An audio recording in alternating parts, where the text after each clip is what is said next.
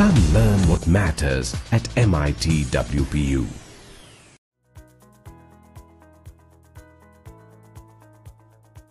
Sir, आपल्याबरोबर Venerable Geshe Lhakdor ji आहेत. He is the speaker today. He is an ardent disciple of His Holiness, has translated multiple books for His Holiness, has written his own books, and is currently the director of the Tibetan Archives and Library in Dharamshala. Venerable Geshe ji, Dr. Karad sir is the founder of MIT Group, and it's his perception that has led to creation of this beautiful organization that works on developing young minds for peace. Amazing. And His Holiness and Dr. Karad sir have had quite a few meetings through their life, starting way back in 1996 when His Holiness joined us for the first World Philosophers Meet in Pune, India. Okay, I know. Yeah. So it is for us as MIT Group, it's life coming full circle. The journey we started in 1996. We host the Dalai Lama Chair. For us, it's a big deal. Yes. Good morning, Tashidele. I'm Darshan Mundada, and on behalf of Myers MIT World Peace University and philosopher Saint Sri Gnaneshwara World Peace Prayer Hall and Library, I welcome you all to the second lecture under the aegis of the Dalai Lama Chair. It's the right opportunity for me to invite our speaker for the day, Geshe La, for the most awaited talk on Nalanda studies and its relevance today. Venerable Geshe Lhakdor ji, it's the time for me to invite you and take over. Okay. Good morning, everybody.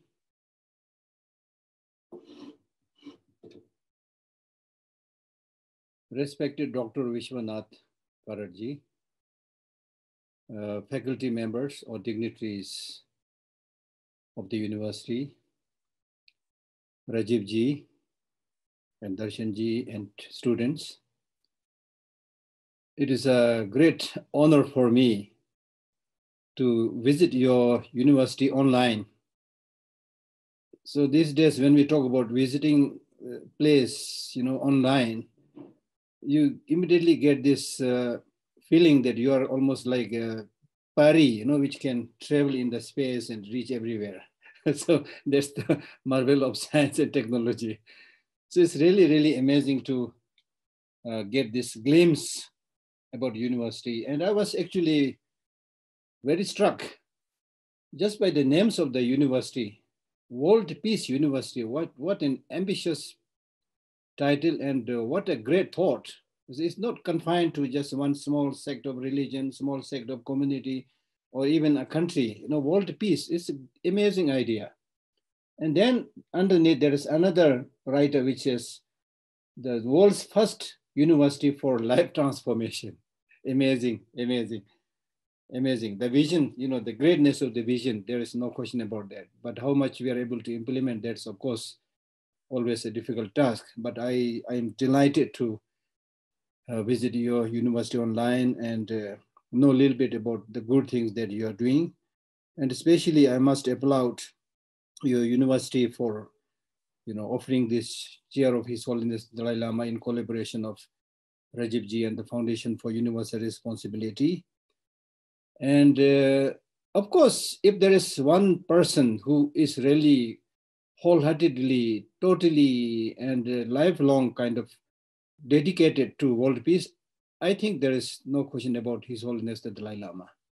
So it is, of course, very, very worthwhile to have him. And I'm not saying this because I'm his, special follower or I'm a Tibetan. It's nothing to do with Tibetan or things like that. We need to think bigger. It's for world peace. It's for the greatness of India, peace in India, and so forth. So this is a wonderful thing that you have done. Because when we talk about spreading peace and spreading great ideas, these are almost like an uphill task because not many people will be able to appreciate it. If it is a question of coming up with a big structure, multi-million-dollar structure with, amusement parks and things like that, then everybody will come and throw their money.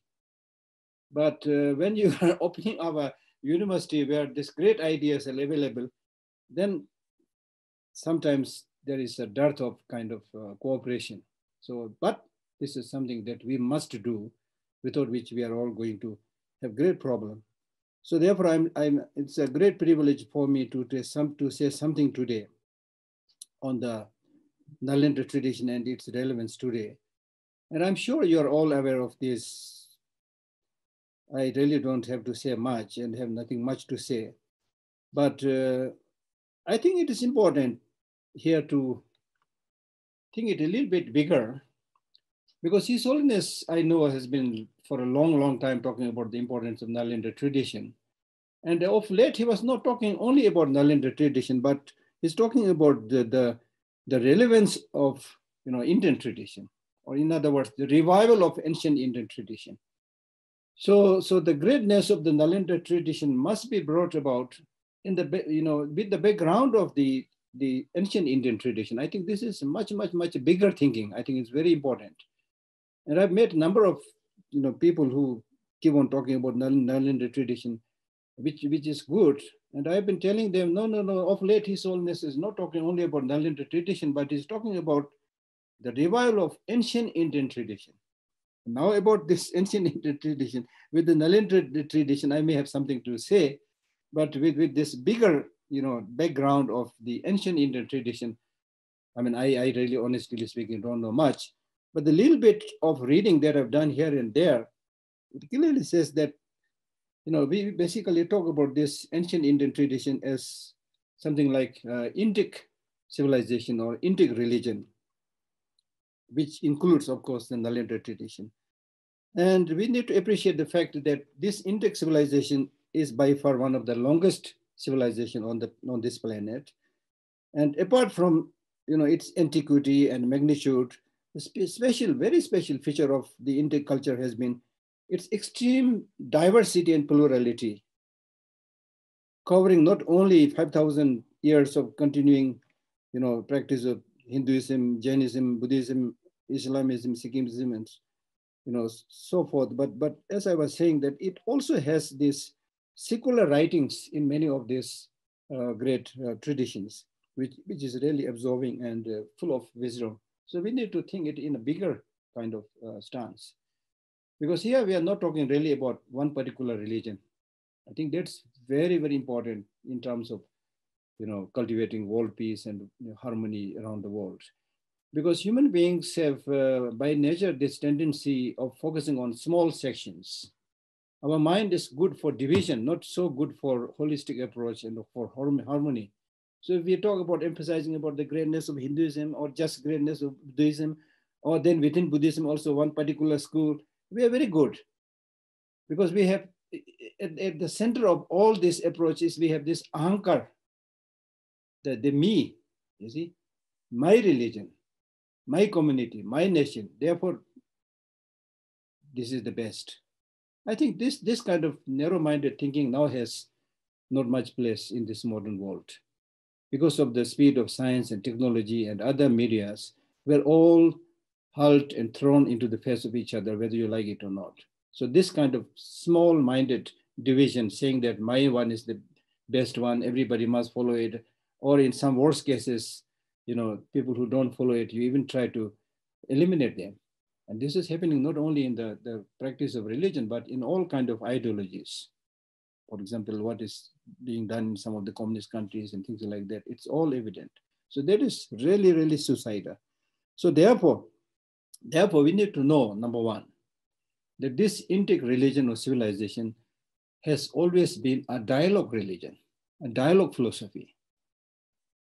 It is highly, highly encouraged that the teachers and the students must engage in serious dialogue. The students must always get opportunity to ask questions when things are not clear. And don't accept anything per se based on blind faith. That is a very, very unique feature in the Indic civilization. And unfortunately, all these things are gradually kind of waning out, which is a shame and which is very, very unfortunate. So I mean, even if you borrow just one line, which is normally cited by everybody, Indian wisdom based upon the ancient Rig Veda dictum, ekam satvi prabha bahuda vadanti. The truth is one, The wise call it by many names. This is something that everybody, these are the sources, you see, that we are one, truth is one. But today we live in an area where there's so much turmoil and transition, and nothing seems to be certain, and people are, struggling to find what is the meaning of life. And when they don't get the right answer, in desperation, they do many stupid things. So under such a difficult, changing situation, how can we pull the wisdom out of those ancient traditions, including the Nalanda tradition, to make it relevant in today's world? That is the question that you have asked me to speak about, relevance of Nalanda tradition. So here, it's important to know that whether you call it the Nalanda tradition or the teaching of the Buddha, but today, of course, I will focus primarily on the philosophical and scientific part, not so much on the religious belief, which is also important in countries like India. So if you think about this Nalanda tradition or the Buddhist tradition as a whole, then what is really important is that the whole philosophy, the structure of the philosophy or religion, whatever you want to call it, is based on the law of nature. That's Nalanda tradition. Meaning that when we talk about doing Dharma practice, if you just think about this word Dharma, it is not really religion. Dharma here basically means law of nature. So what is being said in the Nalanda tradition or thereby the Buddhist tradition is that we must understand the law of nature as it is, without exaggeration, without denigration. This is important because we need to live our life in accordance with the law of nature. We need to live in harmony with the law of nature. That's why, in Buddhism, the teachings like suffering, it's the law of nature. It's not something invented by Buddha. We are all, have that kind of suffering. Similarly, he talks about impermanence. There's law of nature. Similarly, Buddha talks about, in the Nalanda tradition, we talk about the interdependent origination or shunyata. That's law of nature. And it is in fact clearly mentioned in the text that whether the Buddhas or the great Buddhist teachers come or not, but the ultimate, nature of everything is shunyata, whether they come or not. But unfortunately, we don't pay much attention to this basic fundamental law of nature, and we go by the appearances, how things appear, how things are functioning, what is the present environmental situation. So just almost like animals, we try to adapt to the changing situation, primarily running after the sensual needs and not so much going into the deeper level of the mind through meditation and so forth. So therefore, we are not able to solve many of our problems. So living a life which is like an animal is, of course, not useful, especially in the case of human beings with this great human intelligence and great brain, because you have this wonderful intelligence and great brain, you have this capacity to always ask questions and get answers, including deeper questions about reality and so forth. So unless you're able to address all these questions through contemplation, through what is known as the shamatha and vipassana, things like that, you are not going to solve the problem.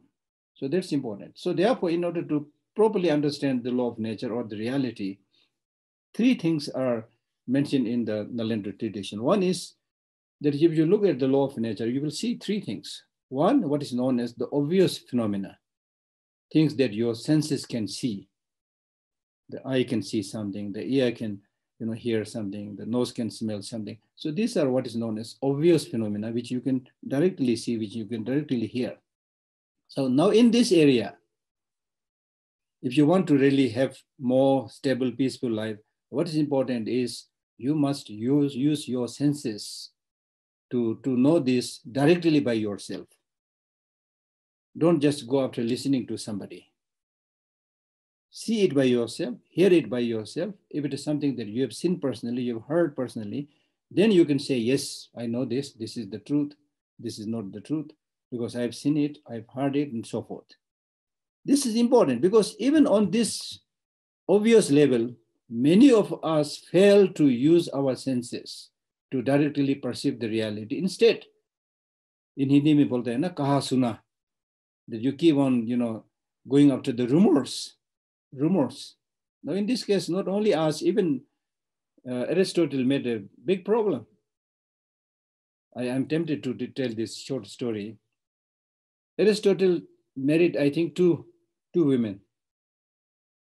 But he always kept on saying in many of his discourses that women have less teeth than men. Because he heard it from somebody and he never counted the teeth of his wives, although he married 2 times. So that's what I'm saying. So if you personally do not find things out and just keep on listening to other people and without understanding that properly, without proving it as a fact of the matter, if you go on spreading, things that about which you are not sure, then it creates a lot of problem in the society based on rumors, as we say. And especially in today's electronic age, it's very, very dangerous spreading rumors through online processes, which we are already experiencing all over the world, especially these days. A lot of talk is going on that. So there's number one. Second, so there's nothing religion about that. This is something for our good life, we must do that. Second, and nature has given us this eye, the tongue, to taste. Nature has given us to take only those things which is important for you and not others. The second is what is known as the slightly hidden phenomena.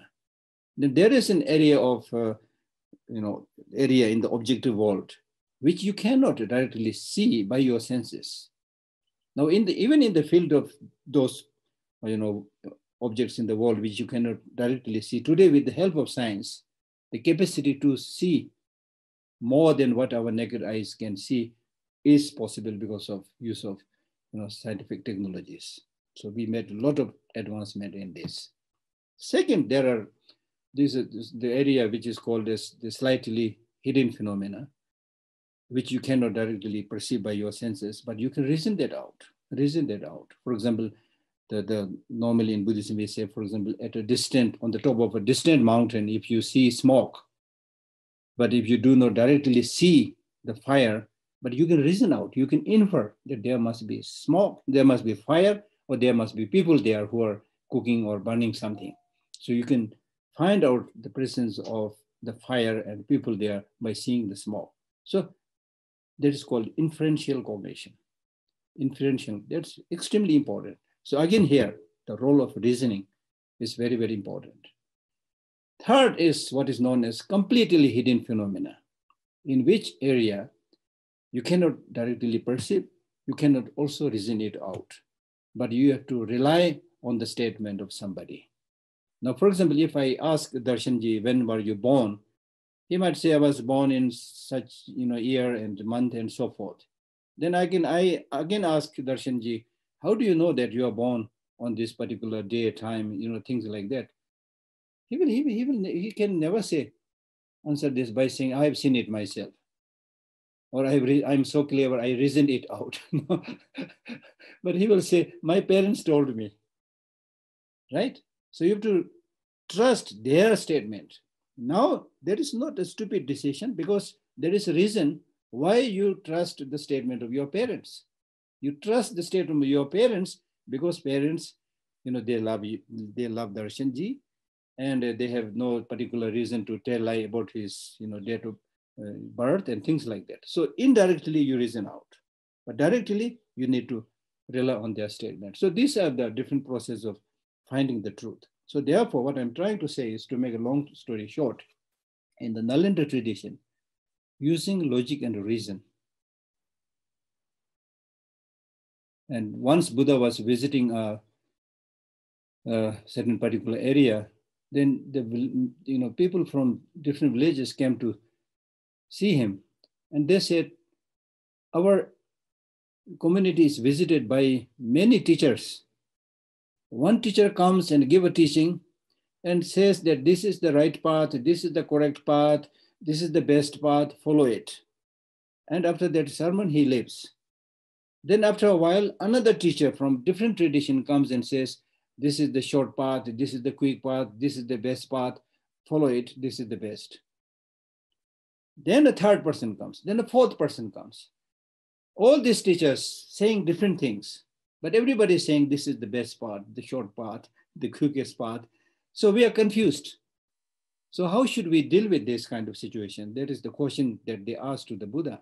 The Buddha answered by saying that you should listen to all of these teachers, but at the end of the day, you use your common sense. Unfortunately, common sense is not very common, but this is what the Buddha said. Use your common sense. All of us got this brain, the same brain, same human intelligence, same capacity to analyze, to judge. That's, I think, that must be encouraged as a follower of the Nalanda tradition, questioning, finding things by oneself, not simply following somebody out of blind faith. Blind faith, in fact, has no place in the Nalanda tradition. I think that's very, very important. If it is something right now, you don't understand, then you don't need to comment on that as good or bad or non-existent or existent. Just for the time being, just explore more, analyze more. Through that, if it is something that is existent, something that is true, you will be able to find it. If it is not existent, also you will be able to find it. So that is also a scientific approach. If you ask about the existence of future life and things like that to an unbiased scientist, they will never say that there's no afterlife. Of course, they will not say that there is afterlife. They will only say, no, this is not my field, I don't know. So that is honest. So similarly, with that kind of, unbiased aptitude is very, very important. Unbiased. One of the great, Nalanda tradition teacher, I think Shenda Rakshita, he said, if your mind is biased, you can never experience peace. Whether it is your attempt to understand the deeper meanings of philosophy or teachings, or even leading a good, harmonious life, if your mind is biased means not true to the reality. For example, if 100,000 times you should say that I'm not impermanent, I'm permanent, I'm going to live forever. You just keep on saying this throughout your life. That will never make you live forever. Because the reality is that you are going to die. You're going to get sick. So your blind faith and ignorant persistence on things which is not true will never work. So much of the problems that we are facing in the world today is not knowing the reality. So reality must be known through direct perception, through inferential cognition, through reasoning, and things like that. It's very important. Let me give you, just because at the end of the day, the purpose of understanding the Nalanda tradition and the greatness of the Nalanda tradition, or thereby any tradition, is whether the practice of that philosophy, whether the living a life in that tradition is going to give you long-lasting happiness or not, whether it's going to give you peace or not, whether it's going to give you harmony or not. Otherwise, there are so many ways of wasting our time. Pastime ke liye to bahut kuch hai. So many things are there. We are not, doing these exercises as a luxurious pastime pursuit. Many people in the world today do this. They have no idea what kind of life they are. So they need so many distractions, going here and there, wasting time. If that is what you want to do, you can do, but it is 100% sure that through this kind of, wayward, careless life, we are not going to find the solution for the many problems of this world. But look at the state of the world right now to make the Nalanda tradition relevant. On the one hand, there's so much progress through science and technology in terms of providing all kinds of facilities, so-called facilities, amenities. But at the same time, because of our inner human inner poverty, I call it, much of the problems that we are facing today is due to inner poverty. because we are always running outside to get that peace, that happiness, material pursuit.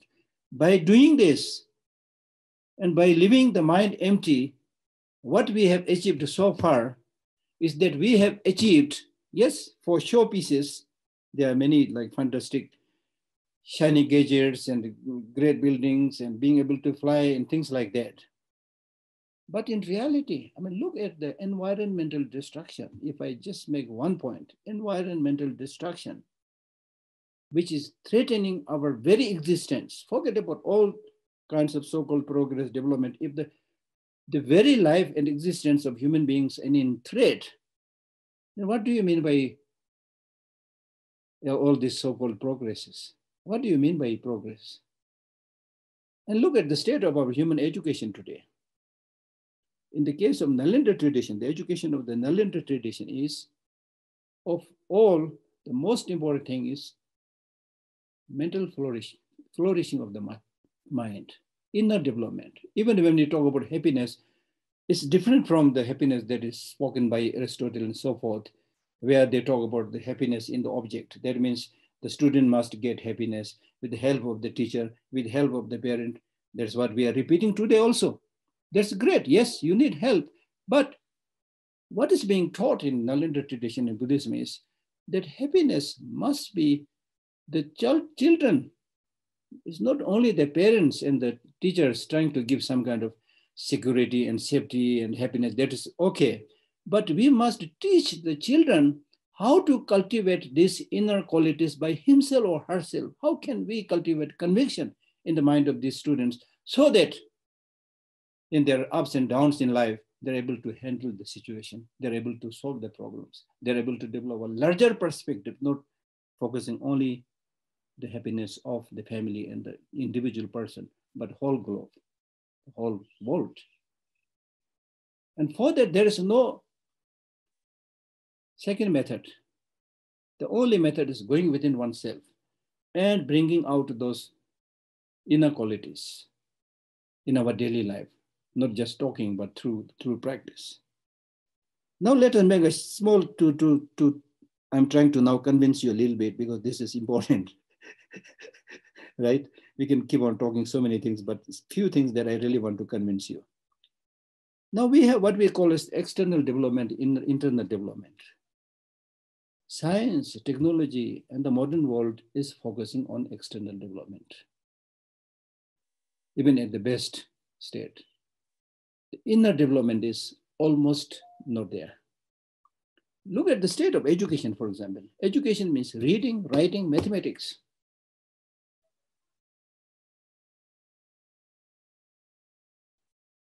But education in the true sense of the term is, as I was saying, inner flourishing, the flourishing of the human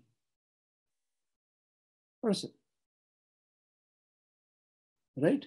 Which is not there. So there's because of that, despite a lot of schooling and education, how people are treating each other, how much sense of responsibility is there in terms of bringing genuine love, genuine compassion. Look at the state of the world leaders, for example. How many of the world leaders today are really, really compassionate and looking after their country in general, and especially the poor people? No, they're all working for, the business and the show business, hardly caring about really, really downtrodden, poor, weak people, clearly showing that they don't have genuine love and compassion. Okay, carry on. If you now let people continue in this way, then look at now if you focus on developing only the material thing, then we need to see from where are you going to get that material development. The source of material development is minerals, natural resources, water, and so forth, right? The natural resources are, by definition, physical resources. Anything that is material and physical, by definition, has a limitation. How can you make unlimited progress from limited resources? If you're not convinced, we can now see today. We have been doing this so-called material progress, and in the name of doing that, material progress. We have been excavating and destroying all the natural resources. Where are we today? What is the state of environment? What is the state of natural resources today? It has already started and done a lot of damage. And very soon, we will completely deplete or pollute or misuse these natural resources when nothing really will be there for us to use. For example, water resources, for example. Now everywhere there is a shortage of water. That means you're going to die soon. And we are not thinking about all these practical things, you see. What are you talking about? Progress, development, what are you talking about? When you are not able to provide the basic necessities, clean air, clean water, what big ideas are you talking about? So therefore, unless you have these inner qualities of love, of compassion, of harmony, we are going to destroy ourselves. As simple as that. So my main point is, in the case of external development, there should be contentment. Because external material resources have limitation. You cannot make unlimited progress in that area. Therefore, it is better to be sensible to have contentment. Now, in the case of internal mental development, there is no limitation. It's all yours. Here we are all contented. I did 5 minutes meditation this morning, as if you've done a great thing. I mean, in the Nalanda tradition, it is clearly said that if you check yourself carefully, your whole being and life, your way of thinking is conditioned by, unfortunately, negative emotions. You have this die-hard habit. How are you going to destroy these negative tendencies and habits with just 5 minutes meditation, maybe in a 1 week? How are you going to do that? If you are suffering from a very severe chronic illness, how are you going to hope to get that cured just by taking 1 tablet of medicine? So therefore, I really appreciate the opportunity your university is giving.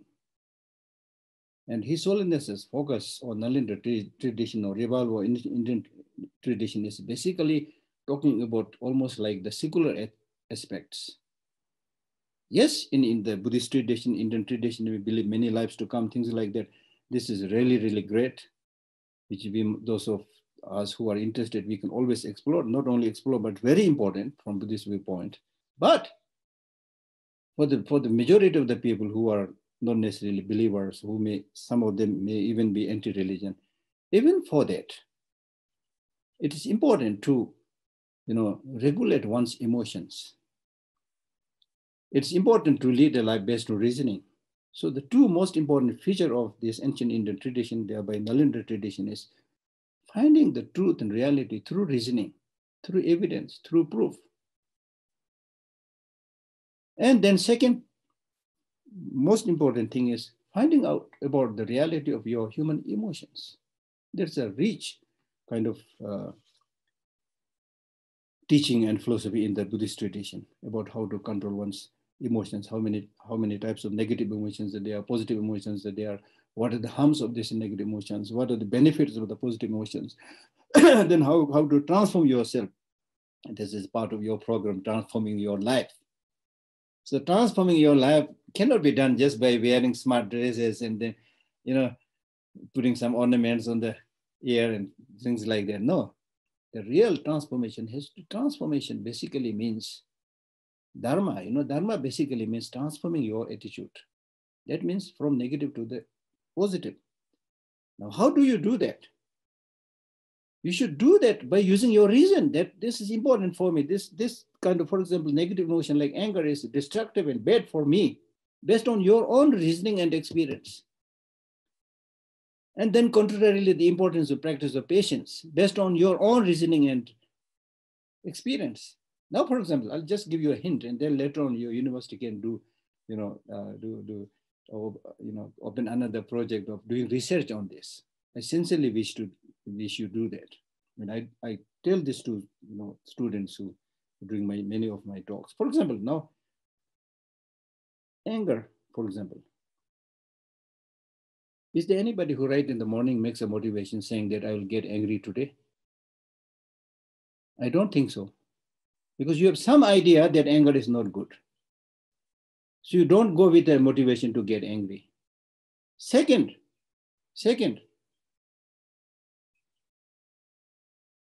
when you go out without having this motivation to get angry, but unfortunately in the public place, in your your workplace or in your office, you meet strange people, you pick a fight with them, you get angry, sometimes even exchange feasts and so forth. Then at the end of the day, when you return home, then think about the day you spent, that you fought with somebody, you got very angry.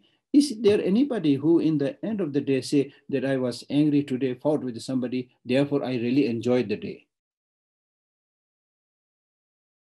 As simple as that. Then there's so many things we can talk about, scientifically or even based on our personal experience. So many things we can talk about. For example, if you are a young woman, you try to make yourself look beautiful by using all kinds of cosmetics and putting on earrings. And young men also, you comb your hair and make sure that your shirt, the color of your shirt is okay. You want to look handsome and beautiful, right? Now with all this makeup and decoration and preparation, you get angry. For example, imagine somebody who is having this heavy cosmetics on the face and then golden earrings, and then get angry. How does she look now? Is she beautiful? Despite all this ornament, external ornaments, because of anger, she now looks horrible, not beautiful. Right? Then through anger, your blood pressure increases. You're experiencing that. Doctors are saying that. What more evidence you want about that? And then all the killings, conflicts that is happening around the world. How many? Hundreds and thousands are killed almost on a daily basis in different parts of the world out of anger. Therefore, anger has always been compared to fire, conflagration of fire.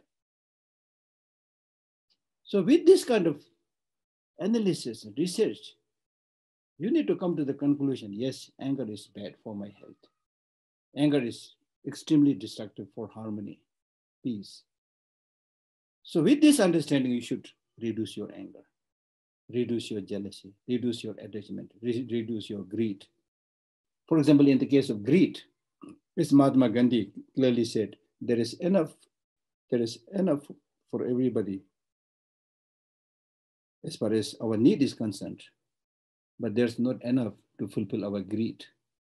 And it is the greed that is destroying everything. Everybody in the world is today, everybody is saying, I'm busy, I'm busy, I'm busy. Everybody's running. And I have been telling people, it's not important to be busy. What is important is what are you busy about? You're busy primarily for getting money. That also not for other people, just for yourself. How much is how much? How much you need? Right? So therefore, what I'm really trying to say is the special feature of the Nalanda tradition is how to bring about this internal transformation by clearly identifying and understanding the destructive negative emotions and lessening them and gradually, if possible, removing them and replacing these negative emotions with positive emotions like loving kindness, compassion, patience, harmony, so forth. And all this is possible if you have a bigger picture of the whole reality, bigger picture of the whole reality, bigger understanding of the way things are. Now, how this kind of deeper understanding is going to help you transform your life? For example, I give you an example. For example, if you have a very good understanding that we are all going to die, that's reality. Normally, we don't think about it. Forget about thinking about it. If I tell somebody, oh, maybe I'm going to die soon, then they'll say, oh, aise ashubh baat mat karo. Don't use such bad word. They see it as something not fit to be said by the mouth. But the reality is, if you really have this understanding, I'm going to die, number one. Number two, but I'm not sure when I'm going to die. Death can be any time. If you're somebody who really has a very good understanding and grasp on that meaning, your life will be completely transformed. If you're somebody who has this understanding that I'm going to die, others are going to die, how can you harm others who are going to die?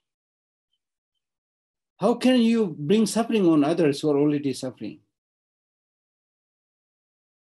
So it's so important to understand the way things are, their reality. I have always been given an example to people. For example, the wonderful thing is that if with these positive emotions, when you understand the way things are, when you understand the reality, it will help you develop and strengthen the positive emotions. It will help you remove and lessen the negative emotions. That is something that I found out. It's very, very interesting thing. When you understand the reality, for example, let us say in front of us, there is a 99-year-old man or woman, extremely sick, with wounds all over the body, pus oozing out. If there is such an old man or woman lying in front of us, will we develop attachment to that woman? That I want to marry this dying 99-year-old woman? That kind of desire, attachment will not come because you have seen the reality of that person. Negative emotions doesn't come. Similarly, will you develop hatred, saying that this ugly 99-year-old woman, let us go and give a kick?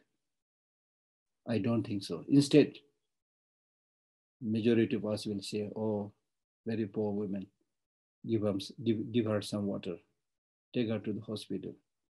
At least we'll develop some sympathy. Positive emotions will come. The negative emotions will not come.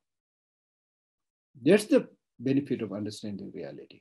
So therefore, there is so much emphasis in the Nalanda tradition to understand the reality, bigger one.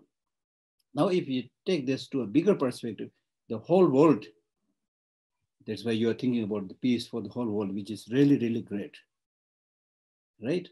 Because we are now in a situation where anything that happens in any part of the world is going to disturb us, going to affect us, right? So we are almost in a situation of singing or swimming together. So there's no room. We cannot be complacent and thinking just about oneself, right? So therefore, one of the reasons why we develop this division and possessiveness, clinging and grasping comes is because of our petty mind, narrow-mindedness. I read in a book about, for example, it says the bird which flies in the sky, flies in the space. Although the bird flies in the space several times, but the bird will never think that space is my home. Space belongs to me. Because the nature of the space itself is such that there's no obstruction. There's no border.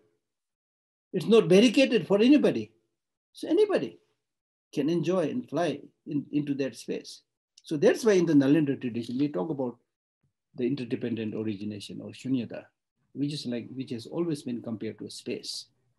And so once you understand that bigger ultimate reality of everything in the nature of shunyata or emptiness, you will be able to find the sameness of everybody in terms of the ultimate reality, shunyata, your shunyata and my shunyata, absolutely same. Even the shunyata of the Buddha and my shunyata, absolutely same. There's no division. There's no division, right? So it's only from that state of shunyata, things arise, but for a moment, and then they disappear. In fact, if you think carefully about our own life, we tend to hold on to our life, cling on to our life as if we are going to live forever. But life is just a flow, just a flow. The person you were yesterday and today completely different. So anyway, so let me conclude. Let me conclude. I can read the darshans. No, sir, I want to have enough time for Q&A. I Yes, can see that's many questions coming in. So that's wonderful. all. That's good. That's I also will enjoy more Yes. on that. Thank you, sir. But I Thank wanted you. to, before trying to talk big things, I wanted to, highlight few points so that people are able to think more about it. So therefore, I will conclude by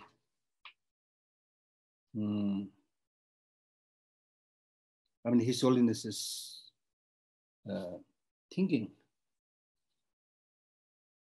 what we call as his 4 commitments.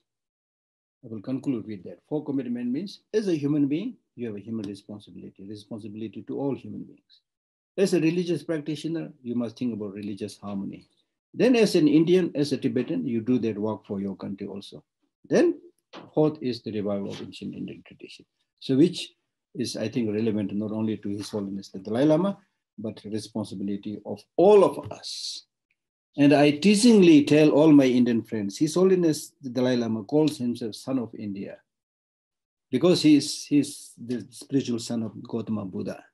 And I tease my Indian friends by saying Gautama Buddha was an Indian, not Tibetan.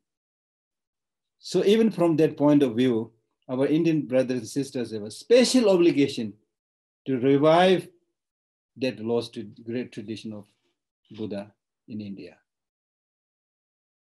And the Tibetans have a great responsibility, even though Tibetans have encountered most unfortunate situation, having lost our country. But luckily, we are also getting an opportunity here in India. So therefore, it is the joint responsibilities of Tibetans. Many of the scholars are really, really well versed in the Indian Nalanda tradition, work together with our Indian brothers, sisters to share this rich tradition to the rest of the world. And I must end by saying that the connection between India and Tibet is not political relationship, not economical relationship, but primarily spiritual relationship. So let this spiritual relationship survive for a long, long time. Thank you very much.